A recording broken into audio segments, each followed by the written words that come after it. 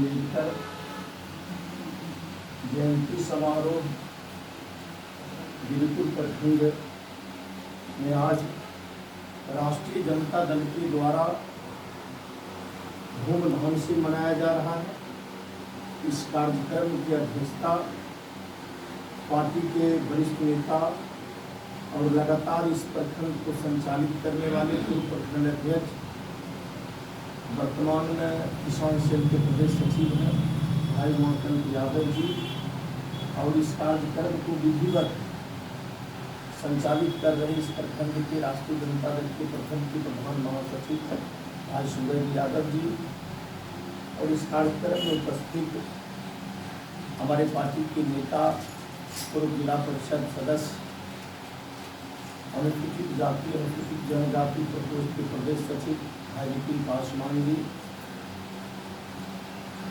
Party के जिला सचिव पूर्व मुखिया भाई रामप्रकाश सिंह जी, पार्टी के नेता मुखिया संघ के पूर्व अध्यक्ष भाई सुखराम महतो जी, इस प्रखंड के वर्तमान प्रमुख भाई सुबोध जी, और आप तमाम साथी, खास करके आज की कार्यक्रम पार्टी के राष्ट्रीय अध्यक्ष आदरणीय लालू प्रसाद यादव जी के आह्वान पर और बिहार सरकार के लोकप्रिय उप मुख्यमंत्री, देश की युवाओं की आवाज माननीय तेजस्वी प्रसाद यादव एवं बिहार प्रदेश राष्ट्रीय जनता दल के राष्ट्र प्रदेश अध्यक्ष माननीय जगता बाबू के नेतृत्व में बिहार प्रदेश के सभी प्रखंड में बाबा साहब डॉक्टर भीमराव अम्बेडकर जी का जयंती मनाने का कार्य किया जा रहा है। इस कार्यक्रम के आलोक में आज बिरपुर प्रखंड के साथियों के द्वारा भी मनाया जा रहा है। मित्रों, आप तमाम साथी बाबा साहब के किए गए कार्यों पर विस्तार पूर्वक चर्चा किए, और कल की भारत, आज की भारत के संदर्भ में भी आप तमाम साथी अपने अपने विचार रखते। मित्रों, बाबा साहब डॉक्टर भीमराव अम्बेडकर जी जिस समय पढ़ाई आरंभ किए होंगे, अंदाजा लगा सकते हैं, जिस समय पत्थर भी छुआ जाता, पत्थर में दलित लोग अगर चलते थे, पत्थर भी छुआ जाता, एक मानव को हड्डी भी छुआ जाता था, एक मानव से दूसरे मानव का हड्डी भी किस तरह की प्रताड़ना झेलते हुए बाबा साहब ने गुलाम भारत से लेकर आजाद भारत में भी इस देश के दलित, शोषित, वंचित, पिछड़ा, अत्यंत पिछड़ा, अल्पसंख्यक के हक हुकूक की लड़ाई लड़ने का कार्य किए। साथ ही साथ बाबा साहब संविधान निर्माता डॉक्टर भीमराव अम्बेडकर जी ने, इन्होंने संविधान में वह शक्ति प्रदत्त किए, वह धाराएं संरचित किए जिस धारा के तहत आज सुखराम भाई सरपंच बन जाते हैं, या सुबोध भाई उप प्रमुख बन जाते हैं, या विपिन भाई जिला परिषद बन जाते हैं। अन्यथा अगर बाबा साहब डॉक्टर भीमराव अम्बेडकर जी नहीं होते, हम भी जो पूर्व मुखिया हैं ये भी हम नहीं बन पाते, सुखराम भाई नहीं बन पाते, सुबोध भाई नहीं बन पाते। बाबा साहब ने इस देश के शोषित वंचित पीड़ित के लिए वो कार्य किए, खास करके इस देश के किसानों के लिए भी अधिकार के लिए आंदोलन बाबा साहब ही शुरू किए। इस देश के समता मूलक समाज की स्थापना करने के लिए बाबा साहब ही आंदोलन किए। मानवता के लिए संघर्ष बाबा साहब भीमराव अम्बेडकर ही किए। खास करके बाबा साहब ने हम तमाम दलित, पिछड़े, अकलियत के लिए जिस चीज से हम लोगों का संवैधानिक ज्ञान, संवैधानिक अधिकार को समझेंगे, बाबा साहब ने अपने नेतृत्व में बिहार, बंगाल, उत्तर प्रदेश, मध्य प्रदेश, राजस्थान, तमाम प्रदेशों में शोषित वंचित दलितों को पढ़ने के लिए विश्वविद्यालय, महाविद्यालय, विद्यालय की स्थापना करने वाले भारत में सर्वप्रथम हम लोगों के हितैषी बाबा साहब डॉक्टर भीमराव अम्बेडकर जी थे। जिन्होंने बम्बई में सबसे पहले शुरू किए, बिहार में भी शुरू किए, सैकड़ों विद्यालय महाविद्यालय हम लोगों को पढ़ने के लिए वो विद्यालय की स्थापना करवाने का काम किया। खास करके मित्रों, आज जो परिस्थिति आपके देश में आ चुका है, आज जो परिस्थिति से हम आप गुजर रहे हैं, संपूर्ण भारत का संविधान समाप्त हो चुका है। केवल हम आप इस बात को समझने में देरी कर रहे हैं, हम आप इस बात को समझने में देरी कर रहे हैं। कारण आपके देश का, वह पटना हाईकोर्ट का जज हो, दिल्ली हाईकोर्ट का जज हो, या उत्तर प्रदेश का हाईकोर्ट का जज हो, या तमाम जज लोग सड़कों पर आकर प्रेस कॉन्फ्रेंस आज़ाद भारत में पहले बार करने का काम किया। तो आपके देश का संविधान खतरे में, जिस पर लोगों की भरोसा है वहाँ जाएंगे तो न्याय मिलेगा। अब वो सड़क पर आकर प्रेस कॉन्फ्रेंस कर रहा है कि आपके देश का संविधान खतरे में है, खतरे में। आज आप माननीय बाबा साहब डॉक्टर भीमराव अंबेडकर के सच्चे सिपाही, सच्चे इनका मार्गदर्शक अगर भारतवर्ष में किसी नेता ने पैदा लिया, कार्ड बता रहे हैं, किसी नेता ने पैदा लिया जिसका नाम है लालू प्रसाद यादव, जिसका जीता जागता उदाहरण है मित्रों। लालू प्रसाद यादव जी जब बिहार के मुख्यमंत्री के रूप में शपथ लिए थे, एक नारा देने का काम किए थे, ये भेड़ चराने वाले, बकरी चराने वाले, सुगर चराने वाले, मछली पकड़ने वाले, तार चढ़ने वाले, गाय चराने वाले, ठेला चलाने वाले, तमाम सबसे पहले अपने बाल बच्चा को शिक्षित करने का कार्य किया। बाबा साहब भी ने नारा दिए थे, शिक्षित बनो संगठित रहो, शिक्षित बनो संगठित रहो। और इसके लिए बाबा साहब भी विद्यालय विश्वविद्यालय की स्थापना करने का काम किए थे। इनका सच्चा मार्गदर्शन पर चलने वाले आपके पार्टी के राष्ट्रीय जनता दल के राष्ट्रीय अध्यक्ष लालू प्रसाद यादव जी ने जो नारा दिया था, भेड़ चराने वाले, बकरी चराने वाले, सुगर चराने वाले, मछली पकड़ने वाले, तार चढ़ने वाले, तमाम सबसे पहले अपने अपने बाल बच्चा को शिक्षित करने का काम करो। मित्रों, इस कार्यक्रम में नारा के साथ साथ उन्होंने आपके बिहार में, संयुक्त बिहार में 6 विश्वविद्यालय की स्थापना करने का काम किया। जो आप चले जाइए आरा, वीर कुंवर सिंह विश्वविद्यालय, चले जाइए छपरा लोकनायक जयप्रकाश बाबू विश्वविद्यालय, चले जाइए मधेपुरा BN मंडल विश्वविद्यालय, चले जाइए पटना मजहरुल हक उर्दू फारसी विश्वविद्यालय, चले जाइए बोकारो सिद्धू कानू विश्वविद्यालय, चले जाइए धनबाद भगवान बिरसा मुंडा विश्वविद्यालय। जो नारा दिए उसके हिसाब से बाबा साहब के पद चिन्हों पर चलने वाले भारतवर्ष में सिंगल नेता लालू प्रसाद यादव जी हैं। मित्रों, खास करके आदरणीय लालू प्रसाद यादव जी ने 14 के लोकसभा में, वह बेगूसराय हो, खगड़िया हो, अररिया हो, पूर्णिया हो, मधुबनी हो, दरभंगा हो, तमाम जिले में जाकर एक चीज कहते थे प्रत्येक सभा में कि इस बार का चुनाव होगा, देश रहेगा, ये देश टूटेगा। अगर जो ये भारतीय जनता पार्टी का जो चुनावी घोषणा पत्र है, इसके झांसे में अगर आप लोग आ गए, आपका देश नहीं रहेगा, आपका देश का संविधान नहीं रहेगा। जो उसका चुनावी घोषणा पत्र था, ये RSS वाले को, ये भारतीय जनता पार्टी वाले को, जो प्रत्येक वर्ष 2 करोड़ युवाओं की सरकारी नौकरी देंगे, पर विदेश में परी काले धन जो है लाकर प्रत्येक हिंदुस्तानियों के खाते में 15-15 लाख रुपया दे देंगे, सीमा सुरक्षा दुरुस्त कर देंगे, महंगाई को दूर कर देंगे, भ्रष्टाचार मिटा देंगे। परिणाम क्या हुआ?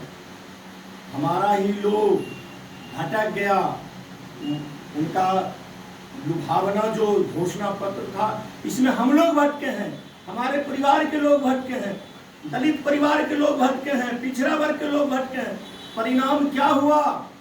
वो प्रत्येक वर्ष 2 करोड़ रोजगार देने के बदले हमारे देश के पूर्ववर्ती सरकार के द्वारा जो भी बनाया हुआ फैक्ट्री, प्लांटेशन, अन्य प्रोजेक्ट था, तमाम चीजों को बेचने का काम किया, जिसमें रेलवे स्टेशन बेच दिया, रेलगाड़ियां बेच दिया, रेल का पटरियां बेच दिया, हवाई जहाज बेच दिया, बंदरगाह बेच दिया, BSNL बेच दिया, तमाम चीजों को बेच दिया।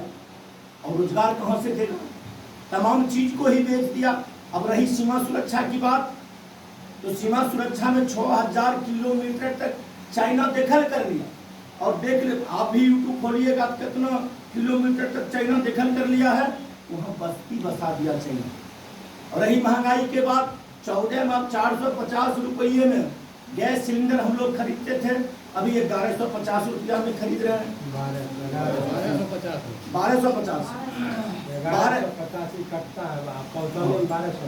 तो महंगाई चरम सीमा पर हो गया। अगर महंगाई के विषय में इससे पूछिए, महंगाई के विषय में पूछिए तो कहेगा ये पाकिस्तान की गलती हो गया है।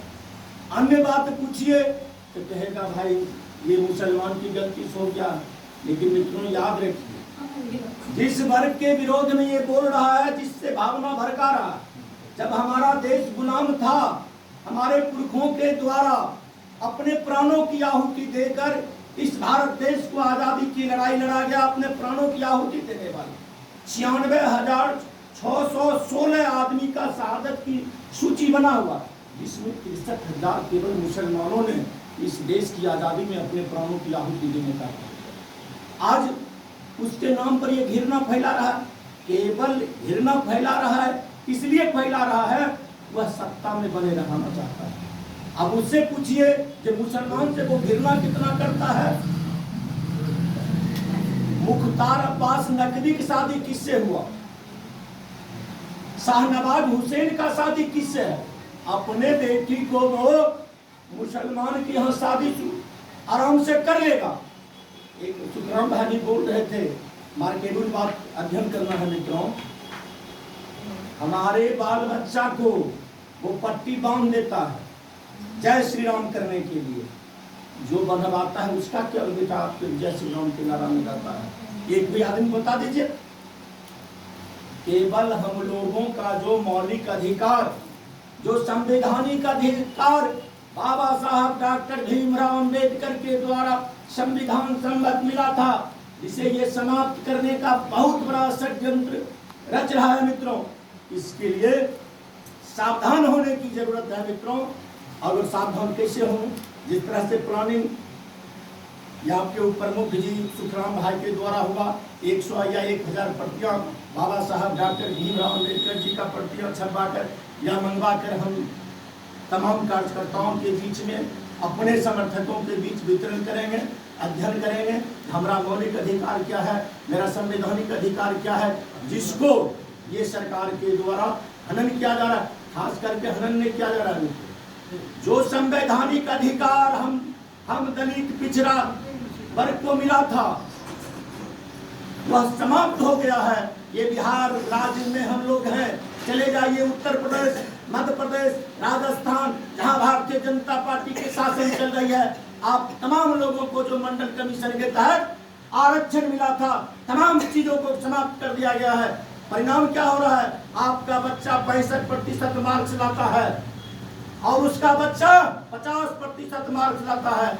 आपका बेटा छट जाता है क्योंकि जेंडर कैटेगरी में वो नहीं है, और 50% वाले को जो मार्क्स लाया है उसको ऑलरेडी 10% आरक्षण दे दिया गया है। 10%, 15% आबादी और 10% आरक्षण। इस आप लोगों का जो मौलिक अधिकार था, संवैधानिक अधिकार था, तमाम चीजों को ये भारतीय जनता पार्टी वाले आरएसएस समर्थित जो केंद्र में सरकार चल रही है मित्रों, वो समाप्त कर दिया है। आज आपका देश का दुश्मन और इंटरनेशनल आतंकवादी कोई संगठन है जिसको इस देश के लौह पुरुष सरदार वल्लभ भाई पटेल ने कहा था सबसे पहले प्रतिबंधित लगाने वाला कोई संगठन है तो आरएसएस है, विश्व हिंदू परिषद है, ये बजरंग दल है। ये देश के लोगों के समता मूलक समाज की स्थापना करने के लिए नहीं है, ये देश को बर्बाद करने के लिए, देश के खंडित करने के लिए ये संगठन है। अगर इंटरनेशनल गुण आतंकवादी कोई है उसी संगठन के लोग हैं मित्रों, वो आरएसएस हो, विश्व हिंदू परिषद हो या बजरंग दल हो, ये इंटरनेशनल आतंकवादी संगठन है।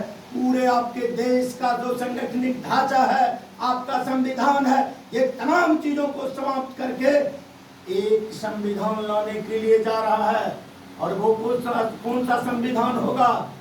जो जगदेव बाबू ने नारा दिए थे, 100 में पिछड़ा, 100 में 90 भाग शोषित है और 90 भाग हमारा है, तब उनका नारा, या ये बाबा साहब डॉक्टर भीमराव अम्बेडकर जी ने कहे थे, ये वोट की जो राजनीति है, ये न रानी की बेटी से राजा पैदा लेगा, न मेहतरानी की बेटी, ये जिसको वोट देंगे वो राजा बनेगा। इस अधिकार को समाप्त करने के लिए जा रहा है भारतीय जनता पार्टी के लोग। मित्रों, 5 एकड़ जमीन आपके पास होगा तो मतदाता होइएगा। 5 लाख इनकम टैक्स पे अब है तो वोटर होइएगा, था वोटर नहीं होइएगा। सबसे पहला वार आप लोगों पर हो रहा है, आपका वोट का अधिकार ही समाप्त कर रहा है। इसको विरोध कैसे करिएगा? आपका बेटा हिंदू हो गया है, आपका बेटा बजरंग दल में चला गया, आपका बेटा जैसे आरएसएस में चला गया, आपका बेटा जैसे विश्व हिंदू परिषद में चला गया।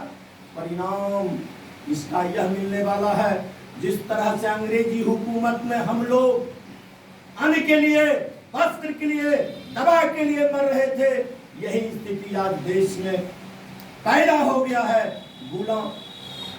गुलामी से भी बदतर स्थिति में हमारा देश आ चुका है। मित्रों, जिस तरह से लालू यादव ने आप 14 से ही आगाह करते आ रहा है, पुनः आपके देश में तीसरी आजादी की लड़ाई की आवश्यकता पड़ी है। अगर तीसरी आजादी की लड़ाई, जिस तरह से आजाद भारत में दूसरी आजादी का लड़ाई लड़ा गया, जिसका संस्थापक थे डॉक्टर राम मनोहर लोहिया, लोकनायक जयप्रकाश बाबू, जननायक कर्पूरी ठाकुर, उस जमाने के फाउंडर कमांडेंट के रूप में हमारे पार्टी के राष्ट्रीय अध्यक्ष आदरणीय लालू प्रसाद यादव जी ने लड़ाई लड़ने का काम किया। मित्रों, तीसरी आजादी की लड़ाई की आवश्यकता पड़ी है और यह लड़ाई हम लड़ेंगे। तेजस्वी यादव के नेतृत्व में लड़ेंगे, अखिलेश यादव के नेतृत्व में लड़ेंगे। तमाम जो हमारे पूरे देश में जो समता मूलक समाज के मानने वाले लोग हैं, समता मूलक समाज के पक्षधर हैं, धर्मनिरपेक्षता पर विश्वास करते हैं, उनके नेतृत्व में हम लोगों को चलना होगा, तब हम बचेंगे। नहीं तो आने वाले पीढ़ी हम आप तमाम लोगों को गाली देगा। जब इस देश में आरएसएस समर्थित प्रधानमंत्री हमारा संविधान समाप्त कर रहा था, हमारा देश को बेच रहा था, आप लोग क्या कर रहे थे? जवाब देना होगा। आने वाले पीढ़ी हम लोगों को गाली देगा जब आप लोग क्या कर रहे थे। आने वाले बच्चे हमको या प्रश्न पूछेंगे, और जो वर्तमान में बच्चे हैं पढ़ने लिखने वाले, उनको इस बात को समझाना होगा हम लोग, हमारे बाप दादा, हमारे पुरखों ने किस परिस्थिति से संघर्ष करके कुर्ता पहनने लायक, कुर्सी पर बैठने लायक, खटिया पर बैठने लायक हम लोगों को बनाया गया है। आज ये आरएसएस और विश्व हिंदू परिषद, ये बजरंग दल समाप्त कर रहा है। तुम लोग सावधान हो जाओ। यह अंतरराष्ट्रीय गुंडा है, अपराधी है, बच के रहना है। मित्रों, फिर वक्त आएगा हम आपके बीच आएंगे और हमारे मित्र, हमारे पार्टी के नेता कुछ कह रहे थे, ये तार के दिन की चर्चा है। उस दिन परिणाम क्या हुआ हम सबसे